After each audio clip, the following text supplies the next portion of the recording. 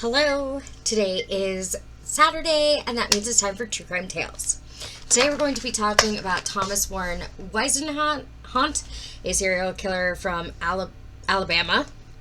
As always, trigger warning, graphic content. Also, please like and subscribe if you like these stories, because YouTube is not pushing my videos out for whatever reason.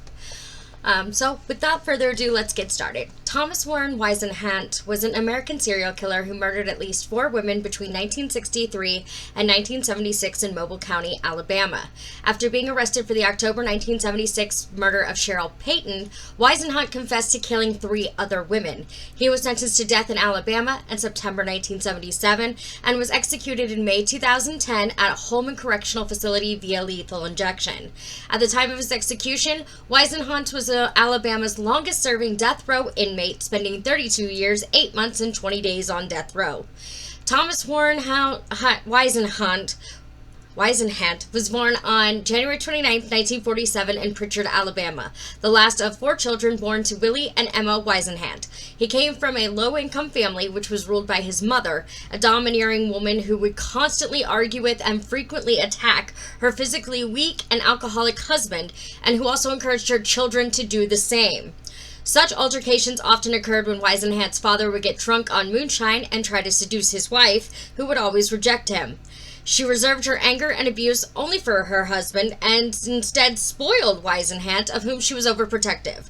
Wishenant was made to share a bed with his mother until the age of 7 and continued to share the same bedroom with her until the age of 16, by which he had, according to his sister, become moody and violent. Also by his teenage years, Wishenant was constantly accompanied by his mother, who never let him out of her sight. According to a psychologist, Wishenant resented her. I mean, I would too. This helicopter mom to the extreme, right? And let's be honest, that sounds to me like there might be some sexual abuse going on there, because, why would you want to sleep with your son till he's 16? That's almost an adult. That's weird. I can understand from maybe 1 to 7 because they're scared of the dark or the monster under their bed or whatever, but eventually they do outgrow that. I mean, I'm an adult and I still don't like the dark, but I can sleep in the dark. I don't have to be surrounded with light or people or whatever. I could sleep on my own in the dark. So, I don't know, I feel like by 16, by basically 10, 11, 12, they're starting to show interest in girls. So that's why I say this kind of sounds like sexual abuse to me on the mom's part, because, why else would you have your son sleeping in your bed from 7 to 16? You know what I mean? It just, I don't know, to me it sounds weird. Maybe it's not. Feel free to tell me if I'm wrong, but it seems like it's a little weird to me. Just saying. On May 6, 1963, 72-year-old widow Lexi Haynes was fatally shot in Pritchard. Police arrived at the scene and found the murder weapon in an empty lot next to Wishenant's family home.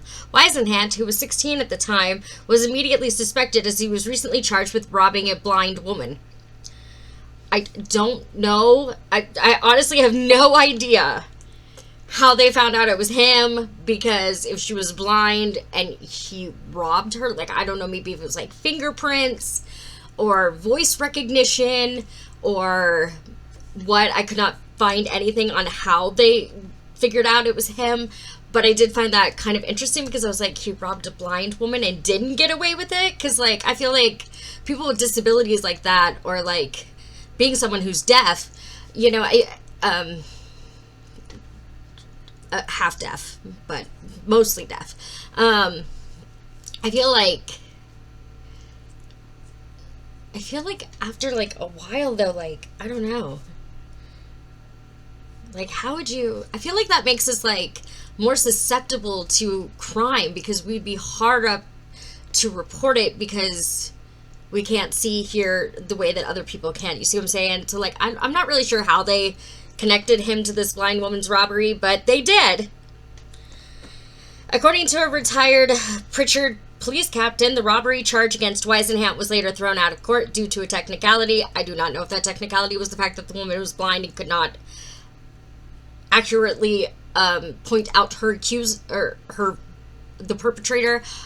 I don't know what the technicality was. I couldn't find any, like, specifics on that because it didn't really seem to be a big part of his story, so no one really focused on that. But yeah. Police questioned Wishenant about the murder. However, his family provided him with an alibi and claimed that he had been at home when the shooting occurred. Before the shooting occurred, Wishenant and his friends had been playing with the stolen handgun. A witness later said Wishenant had taken a bullet from the revolver, held it up, and stated it would soon kill somebody. Police later revealed that Haynes had spoken with Wishenant about his behavior, which was why they suspected he killed her. However, for unknown reasons, Wishenant was never brought to trial for the murder of Haynes.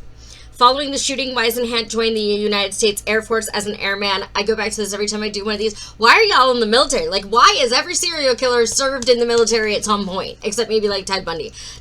Obviously not every single serial killer has ever served in, like, but a lot of them, a lot of the cases I cover, it feels like they're always in some way joining or a part of the military. And I'm just like, don't you have to have, like, psych evals and, like, physicals and, like, all that and nobody ever said, maybe we should give this guy a gun?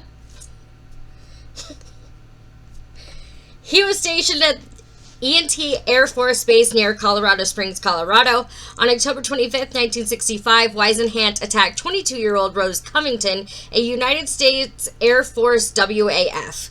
He beat her unconscious with a metal ashtray in the finance office of the Air Force Base. Covington suffered severe head and facial injuries and was hospitalized for 2 months. At Wishenant's trial, she testified she had never met him and did not even know what he looked like. An FBI laboratory expert testified that shoe prints left at the crime scene matched Wishenant's. Wishenant continued to deny the attack, but was ultimately convicted of assault with intent to commit murder on March 14, 1966, and sentenced to 20 years in prison with hard labor. He was also reduced in rank, ordered to forfeit all pay, and dishonorably discharged from the Air Force, which, I mean, fair enough. You attack somebody, like, I don't know why you didn't actually, like, go to, like, jail for any longer than what you did, but at least I guess they got him out of the Air Force because they were like, this is not normal behavior, and we cannot have that here. Wishenant initially served a sentence at Fort Carson before being transferred to an undisclosed federal prison to serve the remainder of his sentence. In 1970, Wishenant's sentence was reduced to 10 years, and on November 28, 1973, he was granted parole. So, bash this woman's head in.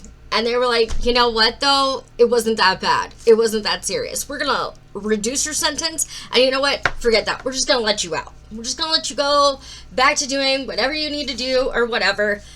Please give me a second. I need to get a drink. I'm still struggling with breathing and hydration from RSV. So, on November 21st, 1975, Wishenant attacked 28-year-old Patricia Hitt, a mother of two who worked in a convenience store in Mobile County, Alabama. Wishenant approached her, beat her, and then fatally shot her in the head. Initially, 2 other men were arrested for the crime. On April 16, 1976, Wishenant kidnapped and murdered another female convenience store clerk in Mobile, 44-year-old Venora Hyatt.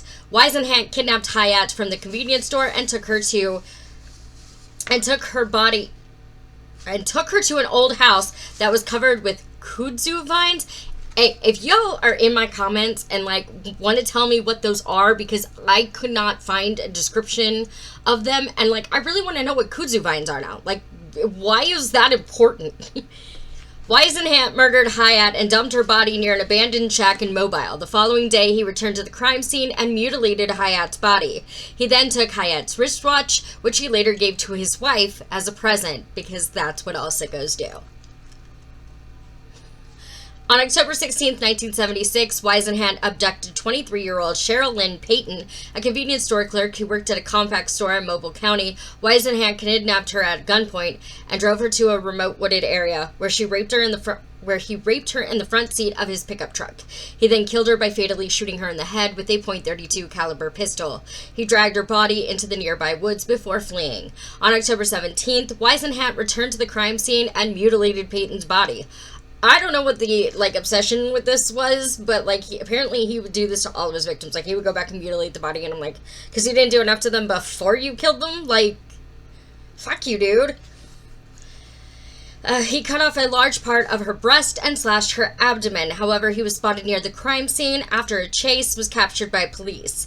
During his interrogation, he gave a detailed confession to all of his crimes. Not only did he confess to murdering Peyton and mutilating her body, but he also admitted to murdering both Hit and Hyatt in the months prior. He later admitted to murdering Haynes during his teenage years. Wishenant also confessed to the assault on Covington and attacked 2 other women, including his wife. And yet she was still his wife. Wishenant's killings generated attention and publicity in the Mobile area. As such, his trial was moved to Birmingham. On August 1st, 1977, his trial for the murder of Peyton began. Wishenant pleaded not guilty by reason of insanity. On August 9th, the jury found Wishenant guilty of capital murder. On September 7th, he was sentenced to death. In September 1977, Verona Hyatt's son, 26-year-old Kenneth Lynn Curry, kidnapped and robbed a taxi driver. He later claimed he committed the crime so he could go to prison and avenge his mother's death by killing Wishenant.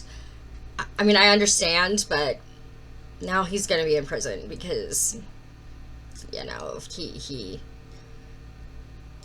kidnapped the taxi driver. And honestly, I don't know why he also robbed him, because I feel like he would have gone to jail just for kidnapping the guy. So I don't know why we added robbery to that, but you know, sometimes the choices that people make don't make sense, but I was just like, if you could have just kidnapped him and called it a day and, like, let him keep his money and shit, because at that point you were already going to jail, bud. Like, Wishenant's original conviction was later reversed by the Alabama Court of Criminal Appeals, resulting in him being retried. In 1981, he was retried and convicted once again. The conviction was upheld. However, his death sentence was overturned due to a remark made by the prosecutor during the sentencing phase of his trial. A new hearing was held, and in 1987, Wishenant was sentenced to death again. Wishenant avoided execution for more than 3 decades due to successful appeals and prosecutorial error. In November 2009, Assistant Attorney General Clay Crenshaw filed a motion asking the Supreme Court of Alabama to set an execution date for Wishenant.